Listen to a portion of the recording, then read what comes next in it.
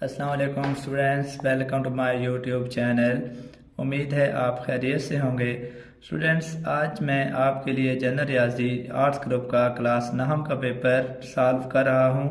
ये रावलपिंडी बोर्ड का पहले ग्रुप का जनरल रियाजी का पेपर है जो इस साल 2023 में स्टूडेंट से लिया गया था। तो मारूदी तर्ज का जो पेपर है ये 15 मार्क्स की मारूदी होती है। 15 सवाल होते हैं, 20 मिनट में आपने इस पेपर को अटैम्प्ट करना होता है। कुल पेपर जो है वो आपका 75 मार्क्स का होता है। उस 75 में से 15 मार्क्स मारूजी के होते हैं। 15 सवाल होते हैं, हर एक सवाल के सामने उसके 4 options A B C D दिए गए होते हैं। आपने अपने हिसाब से जो आपको जो ऑप्शन या जो जवाब दुरुस्त लगता है उसको आपने पुर करना होता है। मुतलका दायरा आपने भरना होता है, चाहे वो A है, चाहे B है, C है, D है, जो भी दुरुस्त जवाब होगा, जवाबी कापी जो आपको दी जाती है उसके ऊपर ये सारे ऑप्शन दिए गए होते हैं। आपने दुरुस्त जवाब को मार्कर के साथ या पेन के साथ भर देना होता है। और याद रखें, जब आपने फिलिंग करनी है दायरों की, पूरा दायरा आपने भरना है, आपने छोड़ना नहीं है, कुछ हिस्सा नहीं आपने छोड़ना। दायरे के अंदर टिक नहीं लगाना, ना क्रॉस लगाना है। जो जवाब दुरुस्त होगा उसको आपने पूरा आपने भर देना है। एक से ज़्यादा दायरों को पुर करने या काट कर पुर करने की सूरत में मज़कूरा जवाब गलत सवार होगा। अगर आप ये करते हैं कि आप एक ही क्वेश्चन के एक से ज़्यादा दायरों को भर देते हैं, या फिर आप आपने एक दफ़ा एक दायरे को पुर किया, आप काट के किसी और को पुर कर देते हैं, तो ये आपका जवाब गलत सवार होगा। तो ये आपने एहतियात के साथ मारूदी का पेपर अटैम्प्ट करना है। आसान पेपर होता है, मुश्किल नहीं होता। ठीक है, थोड़ी सी मेहनत आपको दरकार होती है इस पेपर को हल करने के लिए। और 15 नंबर की ये मारूदी होती हैं, तो आप टारगेट रखें कि मिनिमम आपके 12 नंबर मारूदी में आने चाहिए। आपने अगर मैथ को पास करना है, कुछ स्टूडेंट्स जो मैथ में वीक होते हैं वो अपना टारगेट रखें कि कम से कम 12 नंबर उनके मारूदी में आने चाहिए। कम से कम अगर 15 ले लें तो बहुत अच्छी बात है, लेकिन टेक्निकल तरीके से आपने शार्ट तैयारी करनी है, यानी आपका टाइम कम लगे और आप ज़्यादा नंबर हासिल कर सकें, आपने इस तरीके से तैयार करना है। तो अब हम चलते हैं पेपर की तरफ। मेरे पास पहला सवाल है, आपने मालूम करना है कि 600 का 20% कितना होता है। 12 होगा, 120 होगा, 20 होगा या 200 होगा। तो इसको हम निकाल लेते हैं। 20% का मतलब है 20 तकसीम 100।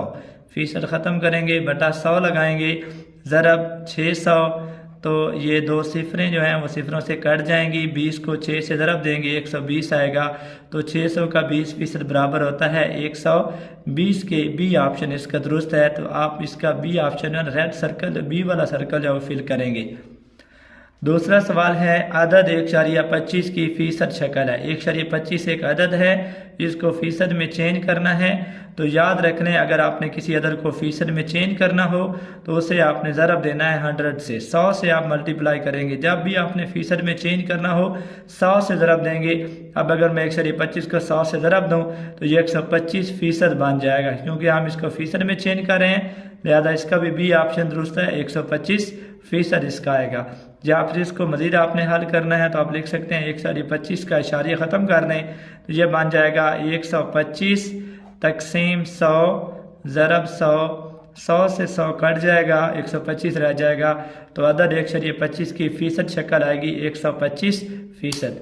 तीसरा सवाल है, ज़कात की कटौती किस शरह से होती है। ये आपने बताना है कि ज़कात की जो कटौती होती है उसकी शरह क्या है। 2.5% है, 3.5% है, 4.5% है या 5.5% है। तो आपने याद रखना है ज़कात की कटौती की शरह जो है वो 2.5% है। 2.5% के हिसाब से हर साल जो आमदनी होती है किसी के पास उससे ज़कात काट ली जाती है। सवाल नंबर 4 है, मसनूई तरीके से काश्त की गई फसल पर उशर की शरह, कि जो फसल मसनूई तरीके से काश्त की जाती है उस पर उशर की शरह क्या होती है। 2.5% होती है, 5% होती है, 10% होती है या 25% होती है। मसनूई तरीके से जो फसल काश्त की जाती है उस पर उशर की शरह 5% होती है। बी ऑप्शन इसका दुरुस्त है। जो कुदरती तरीके से फसल काश्त की जाती है उस पर उशर की शरह 10% होती है। जो मसनूई तरीके से फसल काश्त की जाती है उस पर 5% होती है। 2.5% ज़कात की शरह है, 10% जो है वो उशर की शरह है अगर कुदरती तरीके से फसल काश्त की जाए। तो अब हमारा जो जहाँ पे ऑप्शन दुरुस्त है वो बी ऑप्शन दुरुस्त है। 5वां सवाल है, वो कीमत जिस पर कोई चीज़ खरीद ली जाती है। जिस पर कोई चीज़ ख़रीदी जाती है उसे नफ़ा कहते हैं, नुकसान कहते हैं, कीमत ख़रीद कहते हैं या कीमत फ़रोख्त कहते हैं। तो वो कीमत जिस पर कोई चीज़ ख़रीदी जाती है वो कीमत ख़रीद कहलाती है। जिस पर कोई चीज़ बेची जाती है वो कीमत फ़रोख्त है। और अगर कीमत ख़रीद कीमत फ़रोख्त से ज़्यादा हो तो नुकसान होता है, और अगर कीमत ख़रीद कीमत फ़रोख्त से कम हो, यानी कीमत फ़रोख्त ज़्यादा है कीमत ख़रीद कम है, तो नफ़ा होता है। लेकिन जहाँ पे हमारे से पूछा गया जिस पर कोई चीज़ ख़रीदी जाती है तो वो कीमत ख़रीद है। क्वेश्चन नंबर 6 है, इंश्योर्ड के ज़रिए अदा की गई किस्त कहलाती है। कि इंश्योर्ड जो किस्त अदा करता है उसे क्या कहते हैं? बोनस कहते हैं, डिस्काउंट कहते हैं, प्रीमियम कहते हैं या मार्कअप कहते हैं। तो इंश्योर्ड के ज़रिए जो किस्त अदा की जाती है उसे प्रीमियम कहते हैं। 7वां सवाल है, तमाम काबिल टैक्स आमदनी पर हासिल किया गया टैक्स कहलाता है। कि जितनी भी आमदनी काबिल टैक्स आमदनी होती है उस पर टैक्स हासिल किया जाता है उसे एक्साइज ड्यूटी कहते हैं, डायरेक्ट टैक्स कहते हैं, सेल टैक्स कहते हैं, इनकम टैक्स कहते हैं। तो इनकम टैक्स वो टैक्स है जो पूरी या सारी काबिल टैक्स आमदनी पर हासिल किया जाता है। डी ऑप्शन दुरुस्त है कि तमाम काबिल टैक्स आमदनी पर हासिल किया गया टैक्स इनकम टैक्स कहलाता है।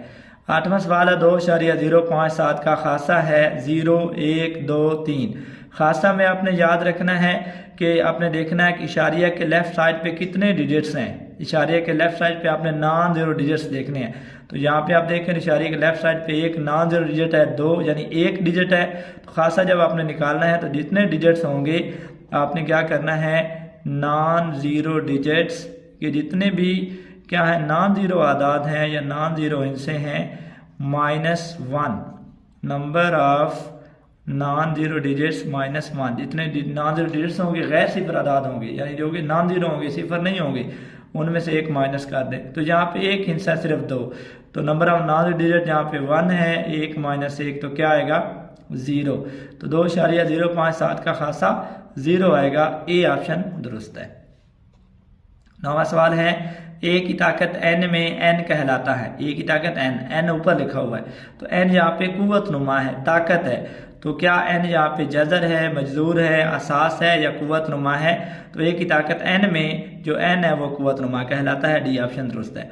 10वां सवाल है, 3 का जज़र और 3 ज़रब 3 का जज़र का जमी औसत है। 3 का जज़र और 3 ज़रब 3 का जज़र, इसका हमने जमी औसत बताना है। तो जमी औसत निकालने के लिए हमने क्या करना है, जो रकमें दी गई हों उनको जमा कर लेते हैं और 2 पे तकसीम करते हैं। तो ये 3 का जज़र है, जमा 3 ज़रब 3 का जज़र तकसीम 2 रकमें 2 पे तकसीम करेंगे। तो यहाँ पे देखें 3 का जज़र, इसका कोएफिशिएंट 1 है, इसका 3 है, तो 1 जमा 3 या हम ऐसा कर लेते हैं 1 जमा 3, 3 का जज़र कॉमन ले लिया, 3 का जज़र अंदर आ गया, 1 यहाँ पे कोएफिशिएंट, यहाँ 3 तकसीम 2। तो ये बन जाता है 3 जमा 1 4 इंटू 3 का जज़र तकसीम 2, 2 4 से कट जाएगा, तो ये आएगा 2 ज़रब 3 का जज़र। तो 3 का जज़र और 3 ज़रब 3 के जज़र का जमी औसत आएगा 2 ज़रब 3 का जज़र। ए ऑप्शन इसका दुरुस्त है। 11वां सवाल है, ए और बी 2 सेट हों तो ए यूनियन बी किसके बराबर होगा? खाली सेट के बराबर होगा, ए तो कहते बी के बराबर होगा, बी तो कहते ए के बराबर होगा, या बी यूनियन ए के बराबर होगा। अगर ए और बी 2 सेट हों तो ए यूनियन बी बराबर होता है बी यूनियन ए के। डी ऑप्शन दुरुस्त है। 12वां सवाल है, मुफरद आदाद का सेट आपने यहाँ से बताना है 2 3 5 7 2 4 6 8 1 2 3 4 0 1 2 3। तो ये ऐसा चल रहे हैं। तो देखें 2 3 5 7 ये हमारे पास मुफरद आदाद का सेट है, 2 से ही शुरू होते हैं। 2 4 6 8 ये जुफ्ता आदाद है, 1 2 3 4 ये कुदरती आदाद हैं, 0 1 2 3 0 से शुरू हो रहे हैं, ये मुकम्मल आदाद हैं, होल नंबर है हमारे पास। ए ऑप्शन दुरुस्त है। 2 3 5 7 और इससे ये चल रहे हैं आगे। 13वां सवाल है, अगर y बराबर है 3x में x बराबर है 2 रखें तो y की कीमत क्या होगी? 2 होगी, -3 होगी, 6 होगी या 0 होगी? तो हमारे पास गिवन है y बराबर है 3x। कह रहा है x की जगह हम 2 रखें, तो 3x की जगह 2 रखा तो 3 ज़रब 2 6 आ जाएगा। तो अगर y बराबर है 3x में x की कीमत 2 हो तो y 6 होगा। सी ऑप्शन इसका दुरुस्त है। 14वां सवाल है, मब्दा के मददात क्या होते हैं? मब्दा के कोऑर्डिनेट्स बताने हैं। 1 1 0 0 0 व 1 1 व 0। तो मब्दा क्या होता है पहले तो ये याद रखें। मब्दा उस पॉइंट को कहते हैं जहां x एक्सिस और y एक्सिस दूसरे को इंटरसेक्ट करते हैं, दूसरे को कता करते हैं, उस नुक्ता को, उस पॉइंट को मब्दा कहा जाता है। ओरिजिन कहते हैं। ओ के साथ लिखते हैं। यहाँ पे एक्स भी 0 होता है, एक्स कोऑर्डिनेट भी 0 होता है, वाई कोऑर्डिनेट भी 0 होता है, लिहाजा मबदा के मुतअद्दिदात बनेंगे 0 0। बी ऑप्शन दुरुस्त है। 15 सवाल है, किसी मतरतब मवाद में वस्ती अद्दी कीमत कहलाती है। कोई भी हमारे पास मतरतब मवाद अगर है तो उसमें जो वस्ती अद्दी कीमत उसे हम क्या कहते हैं, आधा कहते हैं, वस्तानिया कहते हैं, औसत कहते हैं या ज़रबी औसत कहते हैं। तो अगर हमारे पास कोई मुरतब मवाद है, कोई तरतीब शुदा मवाद है, तो उसमें जो वस्ती कीमत होती है, अद्दी कीमत, वो वस्तानिया कहलाती है। बी ऑप्शन इसका दुरुस्त है। आधा वो कीमत होती है जो किसी मवाद में सबसे ज़्यादा बार आए, बार बार आए, उसे आधा कहते हैं। औसत जो है, जितने हमारे पास मवाद है, जो भी मवाद हमारे पास है, उसकी रकमों को जमा करें, तादाद पे तकसीम करें तो हमारे पास औसत आ जाएगा। ज़रबी औसत, अगर आपने किसी मवाद का लेना है, तमाम रकमों को ज़रब दें और उसकी पावर 1/n लें तो ज़रबी औसत आएगा। यहाँ पे वस्ती अद्दी कीमत पूछी गई है तो अपने याद भी रखना है कि किसी मुरतब मवाद में वस्ती अद्दी कीमत वस्तानिया कहलाती है। तो स्टूडेंट्स, ये सोल्यूशन था रावलपिंडी बोर्ड के पहले ग्रुप के जनरल रियाजी के पेपर का, क्लास 9 का ये पेपर है मारूदी तर्ज का। आप इस वीडियो को देखें, किसी भी चीज़ को आप समझ ना आए, कोई भी प्रॉब्लम हो, आप पूछ सकते हैं, कमेंट कर सकते हैं। अगर आपने इस चैनल को सब्सक्राइब नहीं किया तो चैनल को सब्सक्राइब करें, कमेंट करें, वीडियो को लाइक करें। शुक्रिया, अल्लाह हाफिज़।